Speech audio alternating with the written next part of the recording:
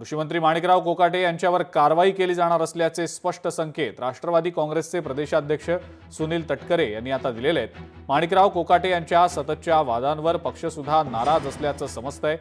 त्यांनी केलेलं वर्तन आणि वक्तव्य ही चुकीची ठरत असतात असं मत प्रदेशाध्यक्ष सुनील तटकरे यांनी व्यक्त केलेलं आहे।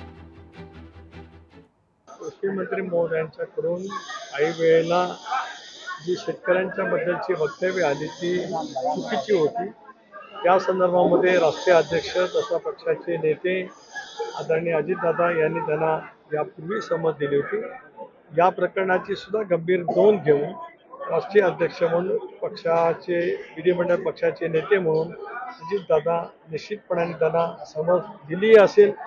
हे जे वक्तव्य त्यांनी पूर्वी केलं होतं ते पीक विमाच्या बाबतीमध्ये कर्जमाफीच्या बाबतीमध्ये या संदर्भातच कडक समज पक्षाकडून देण्यात आलेली आहे। महाराष्ट्र राज्याच्या मुख्यमंत्र्यांनी वारंवार बोट हे केंद्र सरकारकडे न दाखवता की ते नॅशनल गेमिंग पॉलिसी ऑनलाईन कुठली तरी आणणार आणि त्यानंतर कारवाई केली जाईल, त्यापेक्षा मला असं वाटतं की जे इतर राज्यांनी आपल्यापेक्षा आर्थिक दृष्ट्या कमी असलेल्या राज्यांनी जर टॅक्सेशनची कमाईकडे न पाहता स्वतःच्या तरुणाईकडे पाहता त्यांनी कारवाई केलेली आहे, तर महाराष्ट्राला संस्कार हे जागराचे आहेत, जुगाराचे नाही, ह्याच्याकडे लक्ष केंद्रित करता महाराष्ट्र सरकारने देखील कठोर नियम हे अंमलात आणणे गरजेचे।